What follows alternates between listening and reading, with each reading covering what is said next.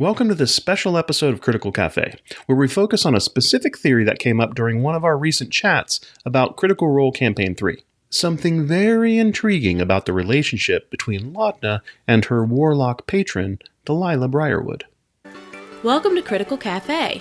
Join us as we chat about the latest episode, the campaign as a whole, and Critical Role in general. All while we partake in a delicious cup of coffee. So grab yourself a tasty beverage, settle into your favorite cozy spot, and get ready for a little geek philosophy. Today we're going to lay out the basic premise of this theory by going step by step through our thought process, the questions that kind of popped up during our conversation, and why we think we may be onto something. But out of respect for both Critical Role and all of the fans, we don't publish any of our reaction videos until the latest Critical Role episode has been released to the public on YouTube. That said, there are some definite spoilers ahead for Critical Role, specifically campaigns 1 and 3, up to episode 35 or so, and also the Legend of Vox Machina series on Prime Video. Please remember that these are just theories about everything thus far. So we may be right, we may be wrong, or we might fall somewhere in between. As the main story proceeds, we will be wearing our Sherlock hats and looking for more clues that may either support or debunk our theory. We want to provide credit where credit is due, though, so please check out the description for links to the video clips and other sources that we've put together. All right, let's get rolling. Okay, for starters, let's talk about Laudna's background. During the first episode of Critical Role's show, Four-Sided Dive, Marisha was able to explain a little bit more of Laudna's history. Just the story that I wrote was that, like, when Delilah did her big, ziggurat blast, that, and essentially justifying it that because Laudna already had magic abilities. That's where her sorceress, she was naturally innate with magic abilities. So she wanted to try and learn and get better. And then that's how she got lured to the castle by the Briarwoods. Oh my God. And she thought, oh, cool, maybe I'm going to get, a tutor. But nah, she was just there because she was naive and vulnerable and looked a little bit like one of the people. And looked a little like this woman that never crossed Laudna's path. Mm-hmm. And yeah, when Delilah did her big necromantic blast, that whatever kind of innate magic was still in Laudna, just kind of took hold and kind of took that spark from Lady Briarwood, and that's kind of all I know. So, and now she talks in my head sometimes. Yeah, that's weird. Yeah. Oh, jeez. So, what do we know about our bubbly, spooky, and insanely hilarious friend Laudna? She was born in Whitestone and seemingly had innate magic. She was fairly young, and wanting to understand her abilities more, she made the mistake of thinking Delilah would be able to mentor her. She was mutilated, sacrificed, and then hung from the sun tree as a shocking message and mockery to our past heroes Vox Machina. While upon the tree, she was hit with a blast of necromantic energy from the ziggurat. That energy, mixed with her own natural magic, was the recipe for her awakening as a Hollow One. So after being brought back as a Hollow One, she spent years wandering the realm. She moved from place to place, staying wherever she could, until inevitably she would be chased out by the locals. We all first meet Laudna at the start of Campaign 3. Laudna's past is one of the most heart-wrenching backstories for a character I've ever seen. I tear up every time I think about what she must have gone through. How she's able to project her quirky, fun personality in Season 3 is beyond me. Marisha's ability to portray such a convincing mask speaks to her amazing talent for this game. Okay, we've established that Laudna is a Hollow One who is both a sorcerer and a warlock. Actually, it looks like she was a human sorcerer first and then became a warlock after her transformation into a Hollow One. As D&D fans, we're all pretty familiar with the warlock class. It's a popular one, and with a connection to a powerful patron, there's a bunch of opportunity for roleplay there. But since Hollow Ones are only introduced through the Explorer's Guide to Wildemount, they're a specific creation of Matt Mercer for the world of Critical Role, so let's examine that a bit more. Let's take a look at the essential characteristics. Hollow Ones are beings whose souls have left for the afterlife, yet whose bodies still retain a fragment of their former selves. And also, The transformation from life to becoming a Hollow One affects different people to different degrees. Some let their anger and regret consume them. Others use their second chance to become a brighter force in the world. However, all Hollow Ones are marked by their new existence. Feelings of unease, dread, or sadness cling to them in tattered rags of their past life. This definitely fits Laudna. She has memories of her previous life, but she has definitely changed in both form and, potentially, personality. One final point from the Hollow One description. Becoming a Hollow One is a supernatural gift. See Supernatural Gifts in Chapter 7 of the Dungeon Master Guide. Interesting note there in the Hollow One description, so let us dive in a little deeper to that. In the Dungeon Master's Guide, it says, "A supernatural gift is a special reward granted by a being or force of great magical power. Such supernatural gifts come in two forms, blessings and charms. A blessing is usually bestowed by a god or a godlike being. A charm is typically the work of a powerful spirit, a location of ancient magic, or a creature that has legendary actions." With Whitestone being the home of the Ziggurat and Residuum, I would say that it has a lot of ancient magic going on. But what type of creature would be able to provide this supernatural gift? It seems like they would need to be a being with godlike powers, or at least legendary actions. So let's examine Laudna's patron. Lady Delilah Briarwood. So before delving into Delilah's background, let's refresh our memory on a key point about Warlock patrons. This is what the 5e Player's Handbook has to say about them. The beings that serve as patrons for Warlocks are mighty inhabitants of other planes of existence. Not gods, but almost godlike in their power. Various patrons give their Warlocks access to different powers and invocations, and expect significant favors in return. Delilah wasn't from another plane of existence, but we do know she did aspire to great power. Delilah and Silas Briarwood were originally from Wildmount, where Delilah spent time as a member of the Cerberus Assembly, holding the position of, wait for it, Archmage of Antiquity. What? Well, I mean, there's another tie to the Cerberus Assembly for our current campaign. It might just be a coincidence. But at this point, do any of us really believe that anything is just a coincidence in Matt Mercer's world? Well, it seems like they were living a fairly normal life until Silas became fatally ill. Delilah became more and more desperate to find a way to cure her husband, and when every possible avenue failed, and he died, she gave into the whispering voices inside of her head telling her that they could help bring him back. Because, that always works. Vecna was able to seduce Delilah with the promise of helping bring back Silas. And really, when it was all said and done, they were successful. He came back as a blood-sucking vampire. So the link between the Briarwoods and Vecna and Undeath was forged. It really would be impossible for us to recount all of Campaign 1 here, but suffice it to say that the Briarwoods were eventually kicked out of Wildmount for practicing necromancy. And that's when they traveled to Whitestone. It was there that they viciously took control of Whitestone and continued their service to Vecna. And remember, Vecna was an ancient archlich with ambitions to ascend to godhood. And, skipping over a bunch here, while Vox Machina defeated the Briarwoods, and ultimately Vecna himself, we now know that somehow Delilah has a tendency to defy death and pop back up from time to time. What we don't have knowledge of is what happened off-screen between Delilah's last appearance in Campaign 1 and her unseen debut in Campaign 3. But what we do know is that she's now a Warlock's patron, specifically a patron to a Hollow One she apparently created. This brought up so many questions. What type of patron is Delilah? Since they expect significant favors in return, what type of patron could uniquely make use of a being without a soul, and one that only has a sliver of their previous self remaining? What if Laudna was just hollow enough to be the perfect vessel for something or someone else? What if Delilah is a lich?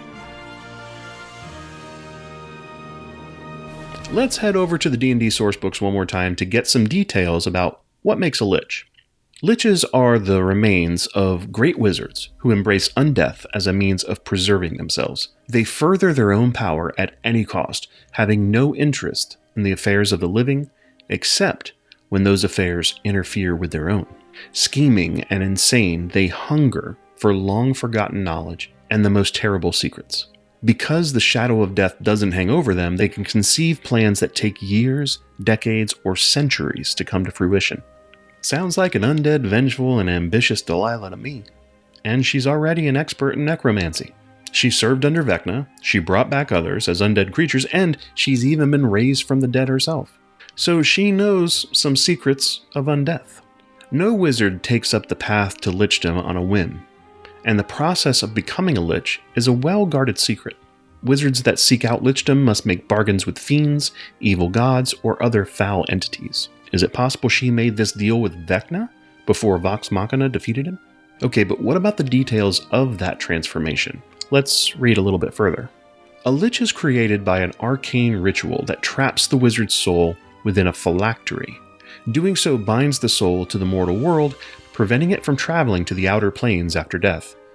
A phylactery is traditionally an amulet in the shape of a small box, but it can take the form of any item possessing an interior space into which arcane sigils of naming, binding, immortality, and dark magic are scribed in silver. Okay, so Delilah would need a phylactery, but that's nothing new for a lich, and she would complete this process after preparing her phylactery. With its phylactery prepared, the future lich drinks a potion of transformation, a vile concoction of poison mixed with the blood of a sentient creature whose soul is sacrificed to the phylactery. The wizard falls dead, then rises as a lich, as its soul is drawn into the phylactery, where it forever remains. Interesting that Delilah would have needed the blood of a sentient creature whose soul is sacrificed to the phylactery. Could Delilah have sacrificed Laudna's soul to complete her transformation? A hollow one is hollow due to that missing soul, right? Or what if Laudna was both the sacrifice and the vessel? What if Laudna is Delilah's phylactery? Based on all of the evidence from both a game mechanic and previous campaign perspective, we think we might be onto something. Let's highlight a few other things that are pointing us in this direction. First of all, Delilah has a deeply unhinged motivation to stick around and do harm to her enemies. We all know that. She fits the bill for scheming, and she fits the bill for insane. I mean, that's a given. So does keeping knowledge of her a secret. You do hear a familiar whisper. It says, "Careful, dear. Some things are meant to be kept secret." Oh, hello. Oh my God, it's been so long since I've heard from you. What have you been up to? Oh, come on, Dee, just tell me. Please, just be careful. Oh, I didn't say anything that's not like public knowledge. So back off. Perhaps this is all to protect her phylactery.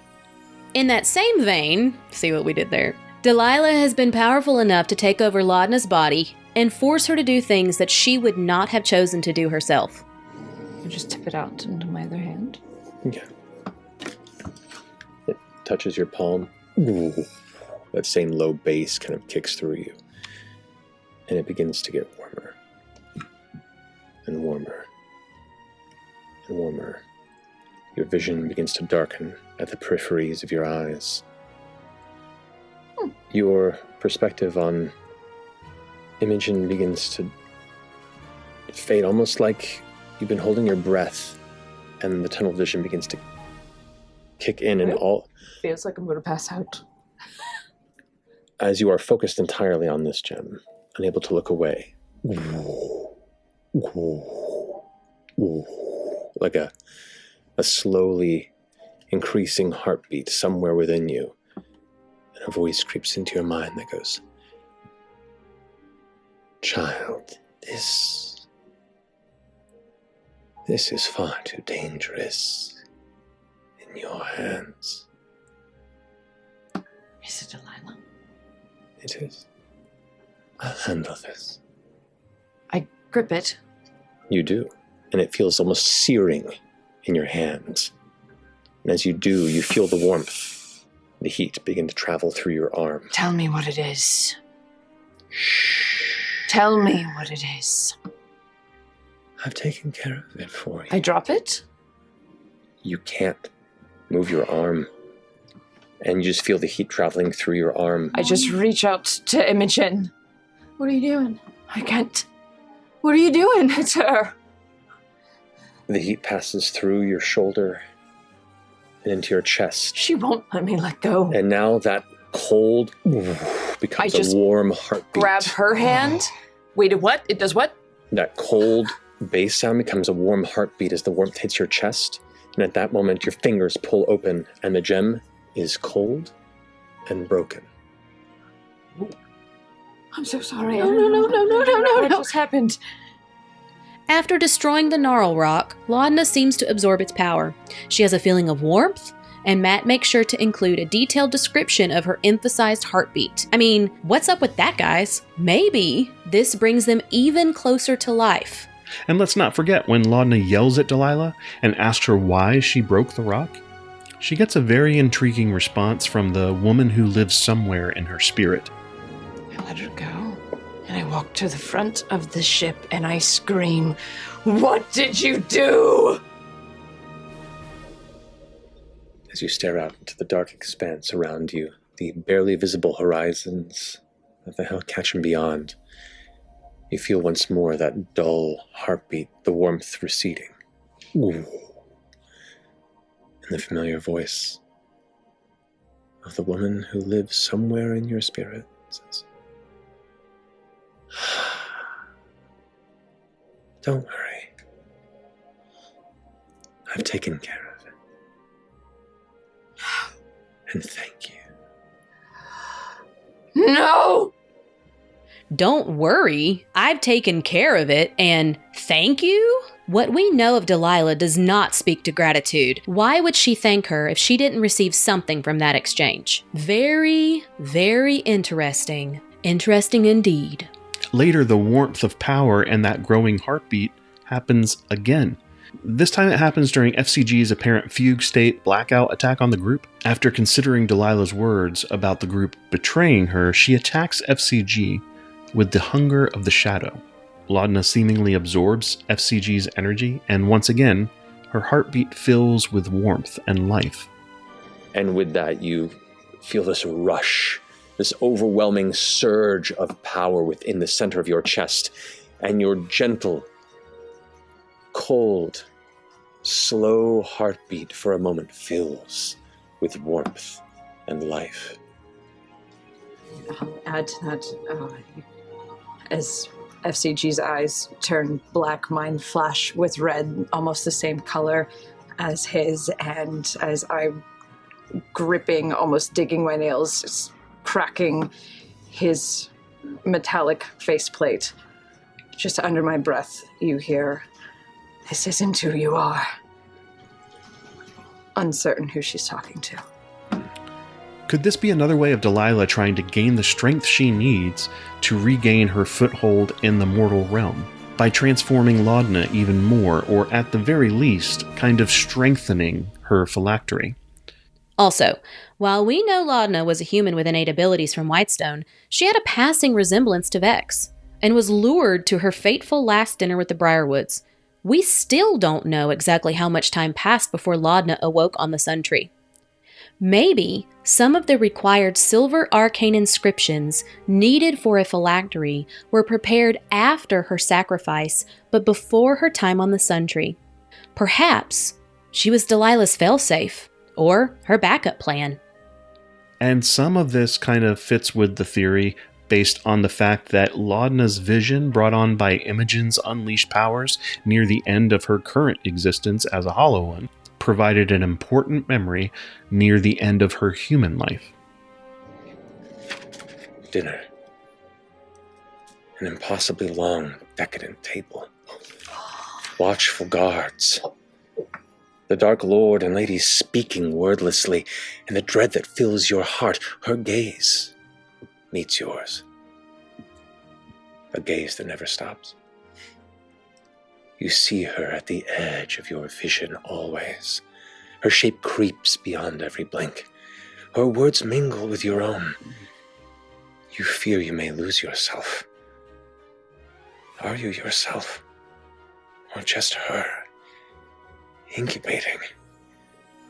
Are you yourself? Are you just her incubating? Whoa. Whoa.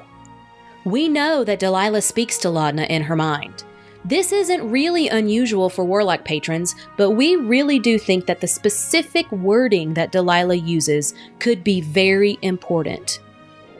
I am of his blood. I will endure. My will is unrelenting. You are my vessel in life, on life, in beyond. I will endure. What? Of his blood? Whose blood is she speaking about? Silas? Is she speaking about Vecna? Who is he? I suspect Vecna, but hopefully we'll find out. So then later, after Laudna's second death, Imogen casts Sending, reaching out to Delilah, and she asked Delilah how they could bring Laudna back. How do I bring her back? Tell me what to do. I'll do anything. The voice responds, fainter, thin, fading. Whatever it takes.